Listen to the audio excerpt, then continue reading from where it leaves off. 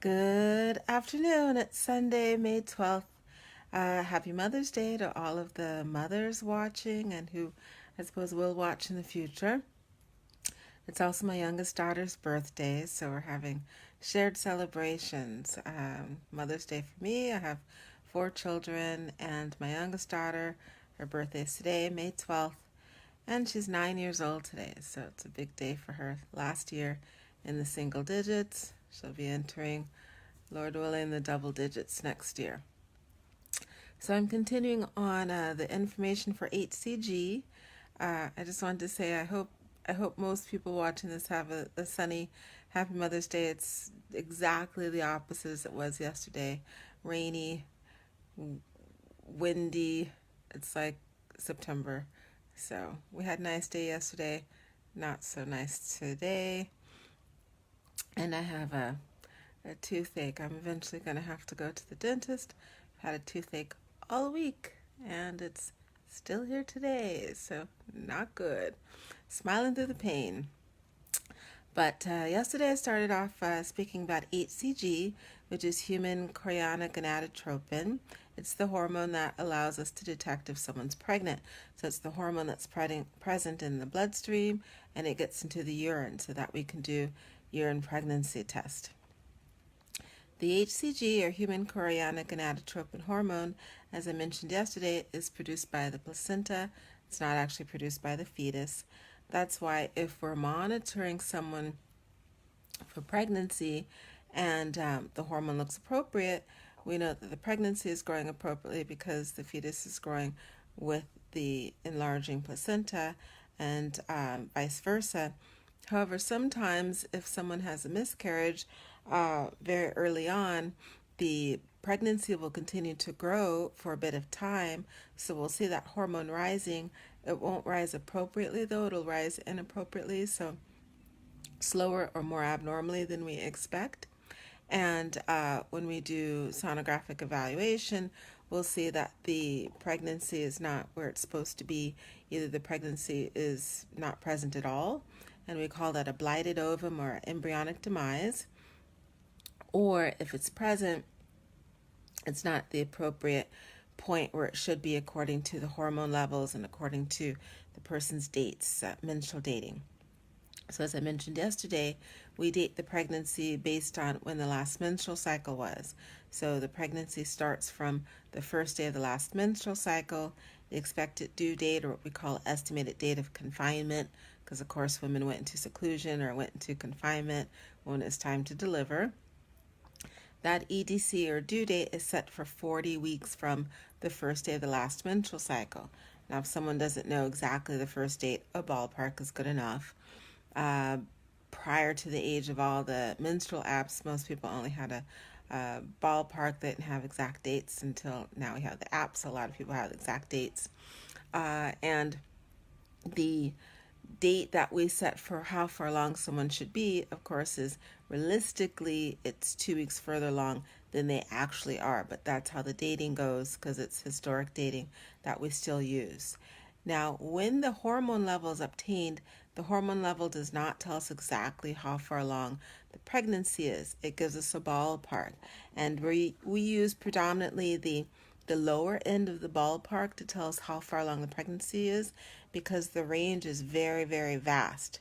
So we use the minimum level to give us an idea of how far along the pregnancy is and how it correlates with what we know historically and statistically the ranges are. So we know that around a hormone level on the bloodstream around 1200 to 1500 MIUs, or milli international units, between 1200 and 1500, we should be able to see the pregnancy in the uterus on an ultrasound or a sonogram. If that number's below that point and we can't see the pregnancy, then we don't get excited, worry that it's a miscarriage that's already taken place or an ectopic or tubal, that there isn't a pregnancy in the uterus at all. We just monitor it until we get above that number, and then we take a look with the ultrasound. Now, if someone is, say, 6.5 weeks, at 6.5 weeks, we should see the pregnancy in the uterus. we should see what we call the fetal pole, which looks like a little gold bar, but it's the fetus, and we should see the heart beating. So we'll see the little flickering of the heart beating. The heart should be beating around 160 to 180 beats per minute at that early of a pregnancy stage. So if someone is 6.5 weeks, we know that the hormone level should at least be around 2,000, 2,500. However, it could be really high. It could be 15,000 sometimes. It can be ridiculously high for only 6.5 weeks. So that's why the range, it could be as low as 1,800 or as high as 15,000. But if someone's supposed to be 6.5 weeks and the number's only 500, then I know they're either not 6.5 weeks, or they're 6.5 weeks but the pregnancy is not normal, or it's a miscarriage, so it's not even there. But if someone is 6.5 weeks, the hormone levels around 2,000, 2,500, 3,000, and then we see just the little fetal pole, the gold bar with the heart flickering, then we know that that correlates appropriately. As I stated yesterday, sometimes with the blighted ovum, we'll get large numbers, and then we either won't see anything in the uterus at all. That's what we would call a missed AB, or a missed spontaneous abortion or miscarriage, but it just hasn't manifested yet. Or we'd see potentially, we'd monitor and see that the dates were off. So we thought someone was going to ovulate 2 weeks after the last menstrual cycle, but they actually didn't ovulate that early. They ovulated maybe 4 weeks or 5 weeks after the last menstrual cycle. So what we're saying, how far along we're saying they are, is actually much further along than what the reality is. Now, if someone has just a little bag of water, gestational sac, we don't see the fetal pole, then that correlates, and the sac is around 5 millimeters or so on the, say between 2, 3, or 5 to 6 millimeters on the sonogram, then that correlates to 5.5 weeks. We shouldn't see a fetal pole or a heartbeat at that stage. We should just see the gestational sac. And that hormone level at the gestational sac, of course, will have a broad range. The HCG could be as low as 800 to 1,000, or it could be as high as 2,500, 3,000. But if the menstrual dating is approximately 5 to 6 weeks, what we're seeing is just that sac at 2 to even 6 millimeters or 5 millimeters, then that correlates appropriately. Then we would just repeat the sonogram in a week to see if now we see the fetal pole and if the hormone numbers have risen appropriately. Say someone comes in with vaginal bleeding, they've already done a pregnancy test, we know they're pregnant, they come in for the ultrasound, we draw their bloods at the same time, we don't see anything on the ultrasound, then we use that HCG. If the HCG is really low, say it's 800, we have her repeat the bloods in 2 to 3 days to see if it's rising appropriately, because that hormone should increase as the pregnancy increases. And then we repeat the sonogram in a week to see if the hormones are rising appropriately, if the sonogram is following what the hormones are doing. Do we now see 6 weeks or 6.5 week pregnancy and the hormones have appropriately risen? In general, we say that that hormone level, if the pregnancy is normal, should increase or should double about every 2.5 to 3 days.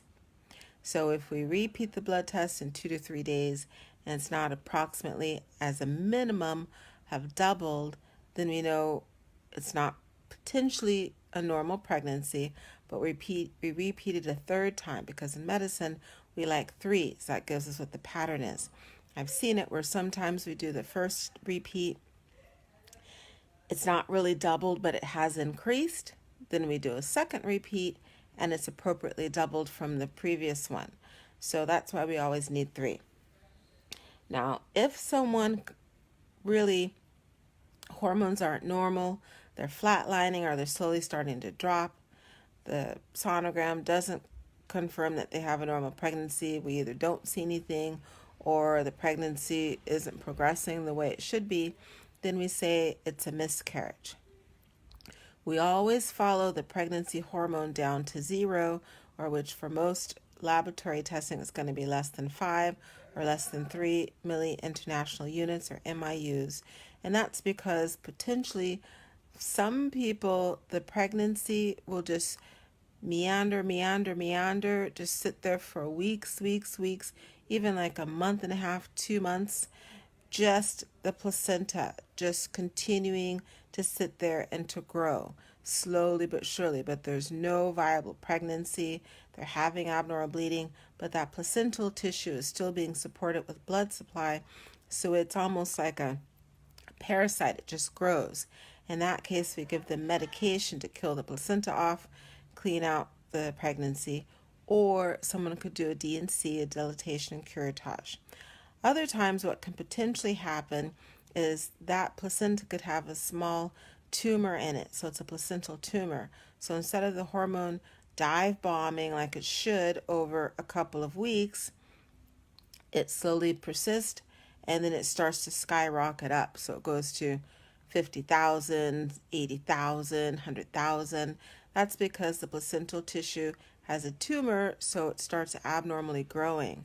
And that can be quite dangerous. It can also turn into a cancer.